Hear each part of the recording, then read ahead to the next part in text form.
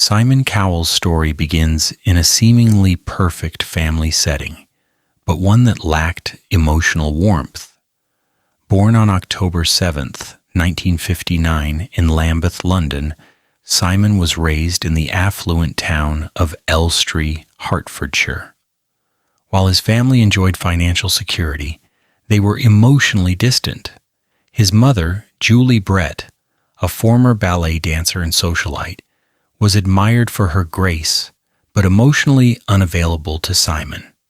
His father, Eric Cowell, a stern music executive, believed in discipline and hard work, but never expressed affection or pride. "My father never said he was proud of me," Simon later admitted. This absence of love and affirmation marked Simon's childhood. It shaped his relentless drive to prove himself to a world that never seemed to see him.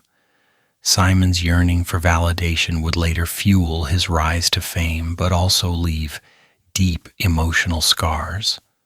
Childhood rejection and school struggles. Simon's school years only added to the sense of being unseen and rejected.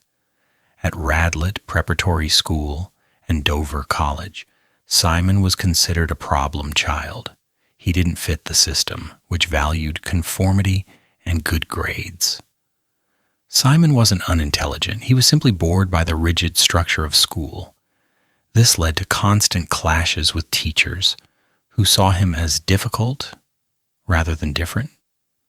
Simon's classmates were remembered for their achievements while he was overlooked. He scraped through school with minimal qualifications, leaving with just a general certificate of education in English and sociology. In a family that demanded excellence, Simon's lack of academic success left him feeling inadequate and invisible. By his late teens, rejection had become a constant companion, and he struggled to find his place in the world. Humiliation and rejection. In early career.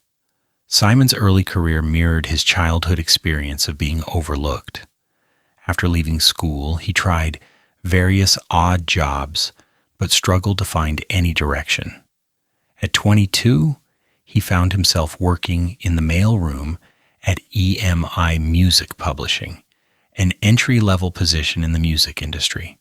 Despite being the son of a prominent music executive, Simon's job required him to carry coffee and sort fan mail for the very stars whose music filled arenas. He was still invisible in an industry obsessed with fame. Over time, Simon grew frustrated with the monotony and lack of recognition. He quit EMI, but the outside world proved even more unkind. Doors slammed in his face, and he returned to EMI humiliated. In the privacy of his bathroom, Simon cried, consumed by fear and uncertainty. He wondered if this was it, if his life had peaked too soon. Transformation through hardship. Rather than succumbing to despair, Simon's hardship ignited a new determination in him. His tears became the fuel for an intense drive to succeed. He channeled the rejection and emotional scars into something more resilient. In the mailroom, Simon started observing how the music industry worked, how records were chosen, how artists were packaged, and how fame was constructed. He realized that the industry wasn't about talent alone. It was about timing, image, and mass appeal. By the early 1980s, Simon had moved up to a junior A&R position. This was a pivotal moment in his career. He wasn't just surviving anymore, he was studying the system. His frustration became a powerful tool for self-improvement, and he began shaping a new path forward. The rise of fanfare records. In 1983, Simon Cowell made a bold decision that would set the course for his future. He left EMI and launched his own record label, Fanfare Records, with his boss, Ellis Rich. The decision marked Simon's transition from being just another cog in the machine to becoming the boss.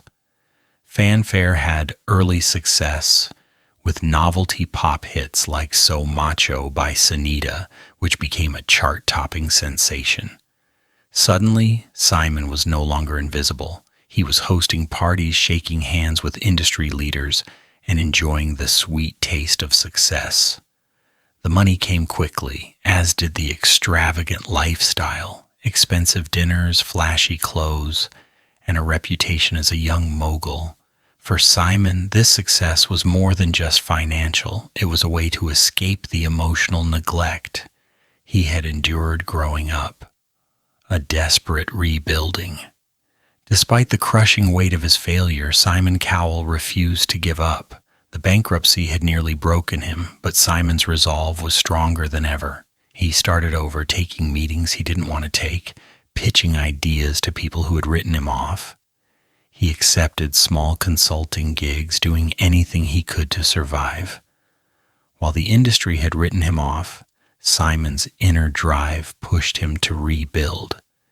He knew that chasing critical respect was a futile pursuit. What mattered were the masses. He learned that the public, not the critics, decided who became a star. This lesson, born from the wreckage of fanfare, would become the foundation of his future success. Simon wasn't done. He was just getting started. A new direction in television. The early 1990s were difficult for Simon, but it was also a period of transformation. He was in his 30s, living with the stain of bankruptcy, but he had learned valuable lessons about the entertainment industry. Simon realized that the music world wasn't enough to fulfill his ambition. Television was where the real power lay. In 2001, he became a judge on the British reality show Pop Idol, which would become the stepping stone to his domination of television.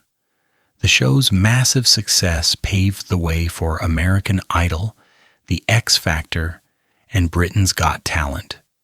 With his signature sharp commentary and no-nonsense approach, Simon became the face of reality television. His ability to identify talent and manufacture stars made him one of the most influential figures in entertainment. The price of success. As Simon's career soared, so did the personal cost. The fame, the money, and the power came with a heavy price. Despite being surrounded by millions of people, Simon felt deeply lonely. The boy who had never received affection from his parents now craved validation from the world.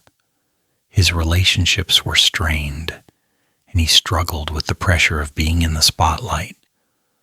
Simon's emotional scars from childhood and the collapse of fanfare lingered, and though he had achieved massive success, he still felt a sense of emptiness.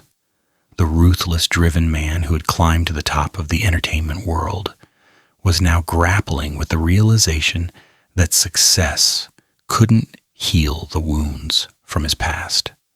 Near-fatal accidents and personal reflection. In 2020, Simon Cowell's life took another dramatic turn when he suffered a near-fatal accident while riding an electric bike. He shattered his spine and was told by paramedics that he was lucky to be alive. 2 years later, he fell again.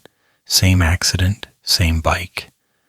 These physical injuries served as a painful reminder of Simon's mortality and the fragility of his success.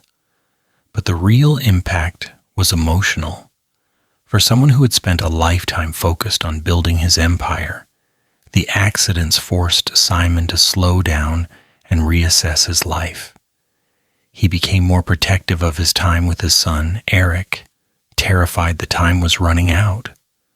The once ruthless mogul had become a man determined to cherish the moments that mattered most. The transformation of Simon Cowell.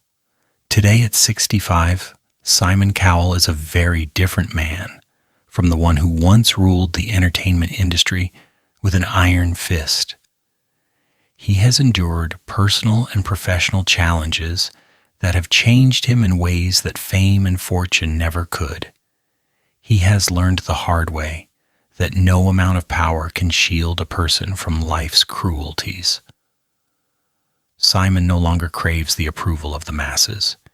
He has come to value his family and the precious moments they share.